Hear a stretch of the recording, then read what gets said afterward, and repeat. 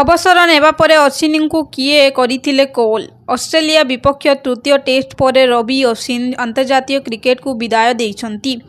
एहा परे साथी क्रिकेटर व्यतीत प्रशंसक एवं पूर्वतन क्रिकेटर माने रवि अश्विन को कामना करथिले। तेबे वर्तमान रवि अश्विन तांको सोशल मीडिया हैंडल रु एक मजाड़िया स्क्रीनशॉट शेयर करिसंती।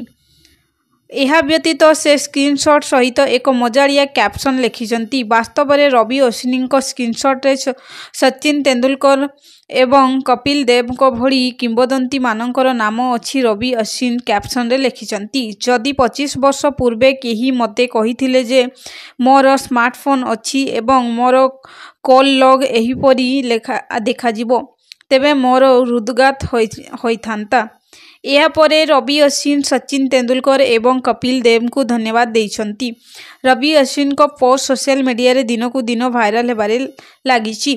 यह व्यतीत सोशल मीडिया व्यवहारकारी माने क्रमागत भाव में मंतव्य देई निजर मतामत देउछंती। भारतीय दल ओडीआई विश्वकप 2011 रे जीतिथिला। महेंद्र सिंह धोनी नेतृत्व में यही भारतीय दल रे सचिन तेंदुलकर एवं रवि अश्विन एकाठी खेलिथिले। आसंतु आपन को कहबा जे टेस्ट फॉर्मेट रे भारत पाई सर्वाधिक विकेट नैथिबा बॉलर तालिका रे रवि अश्विन द्वितीय स्थान रे अछंती।